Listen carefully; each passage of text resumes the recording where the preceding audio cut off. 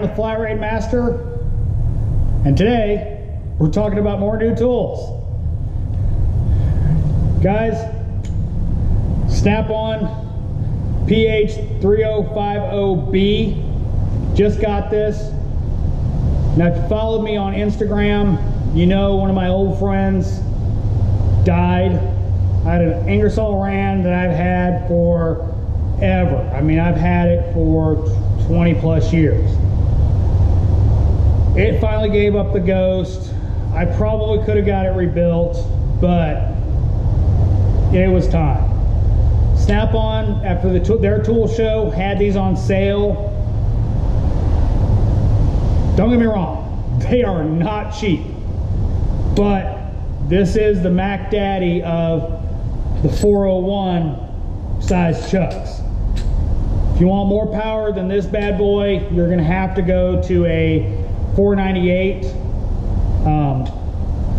bit, either the CP or the Astro-Pneumatic air riveter.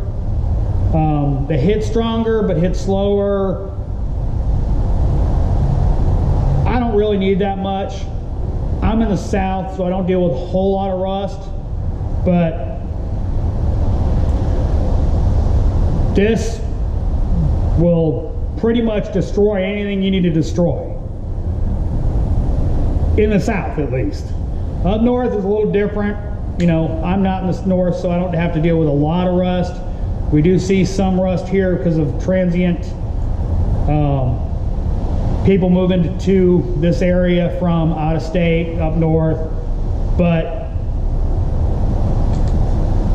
I've used this model before. It is really strong. So I finally bit the bullet. Now I've got this Blue Point. If you looked at my tour of my yellow box, you know I own this one. It's a good gun, but it's not that strong. This is more, as my Snap-on guy calls it, a body shop air hammer for separating panels, stuff like that. It's been a good tool, but it just doesn't have what this has. This will rip it a new one. So, spent some money there.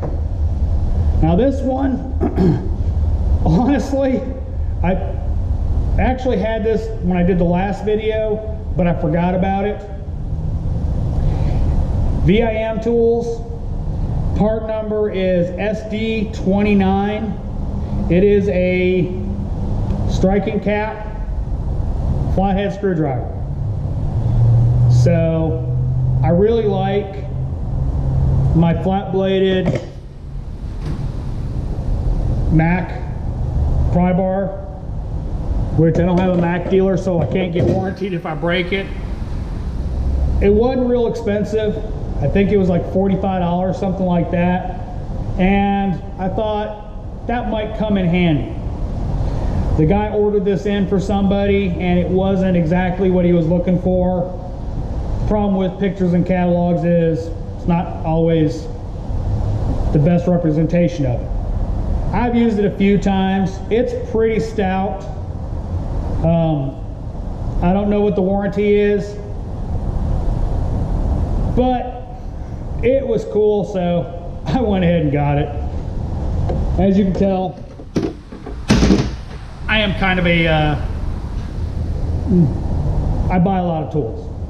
Next up, we're replacing another old tool. This is my Snap-on pressure tester. I've owned it for well over 20 years. I know this is one of the first Snap-on tools I bought. And yes, I can get it rebuilt and I will get it rebuilt, but it was starting to leak pressure at the tool internally, not with the system. And I've been wanting one of these for a very long time. And my Matco guy had one on the truck. My Snap-on guy never has one of these. Now where I used this at was another shop. He had one. It is very, very nice. It is an air-powered pressure tester. Same exact thing as this, except you've got a regulator and you've got a valve. So you can seal the system back off. So you've got pressure on the system so you can check for leaks, see if it's got a leaking head gasket or anything you would do with the hand pump pressure tester. The advantage to this is you don't got a hand pump, and like let's say you've got a really bad leak where the system holds no pressure. So you pump, and then you're looking real quick and you can't see it because by the time you get over there to start looking, the pressure's already gone. What you can do with this is dial in a very low pressure and find the leak. Really quick and easy. I used it a bunch at that last shop and it came in really handy for finding coolant leaks, especially the big ones, you know, the blown out hoses that are tucked under the intake, or you know, stuff that's really hard. Like let's say you've got a coolant leak that you can only see under the vehicle. So you pump, lift goes up, it stopped leaking. This allows you to hold pressure on it or continue to put pressure on the system with the regulator and the valve to allow you to find those difficult leaks. It wasn't that expensive, and for you guys that go, well, where can I find it online? I haven't been able to find anyone but the tool trucks that sell these.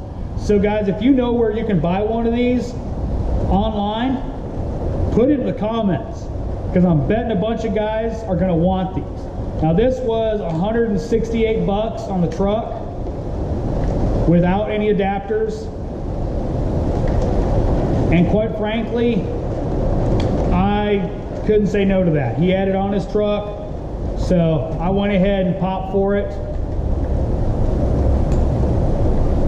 It's a good addition if you're looking to get a pressure tester.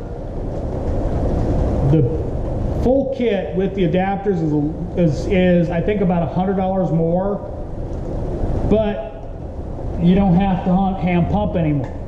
So if you're looking in the market for a pressure tester, it may be a good way to go instead of buying the old pumper. So I'm the Flat Rate Master. If you like my new tools, give me a thumbs up. If you didn't like it, give me a thumbs down. Tell me why.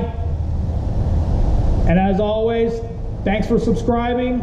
I'm the Flat Rate Master.